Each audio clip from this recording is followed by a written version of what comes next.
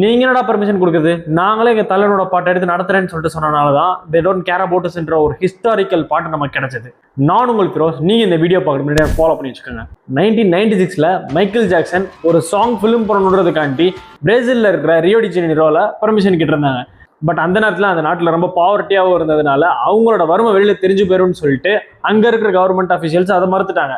But ஒரு வழியா court அங்க பெர்மிஷன் கொடுத்துட்டாங்க. ஆனா ஒரு கண்டிஷன், அவங்களால ஏதாச்சும் பிரச்சனை ஏற்பட்டாலோ அதுக்கு நாங்க பொறுப்பாக முடியாதுன்னு சொல்லிட்டு.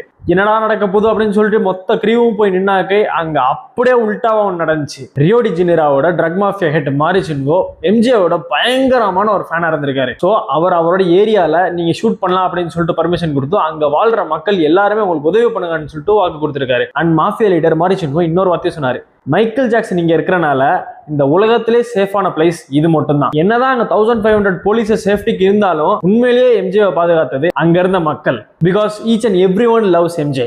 ஃபைனலி ஷூட் போது அங்க இருந்து ஒவ்வொரு பீப்புள்ஸும் இன்க்ளூடிங் குழந்தைய கூட எல்லாத்துக்கும் சப்போர்ட் பண்ணாங்க. இத்தனைக்கும் அந்த பாட்டு கவர்மெண்ட் எதிர்த்த மாதிரி தான் இருந்தது. அந்த பாட்டை பாருங்க, சும்மா பிச்சுக்கிற அளவுக்கு இருக்கு. எனக்கு எம்ஜிஆரோட பாட்டுகள்ல ரொம்ப பிடிச்சது தே டோன்ட் கேர் அபவுட் அஸ் தான். ப்ரிசன்ட்லயே அந்த பாட்டை ஷூட் பண்ணியிருப்பாங்க, அதுவும் சூப்பரா இருக்கும். ஸோ அவரோட ஃபுல் ஹிஸ்ட்ரி அண்ட் மிஸ்ட்ரியை நெக்ஸ்ட் வீடியோவில் அப்லோட் பண்றேன். அண்ட் உங்களுக்கு எம்ஜிஆரோட ரொம்ப ஃபேவரட்டான சாங்கை கமெண்ட் பண்ணுங்க.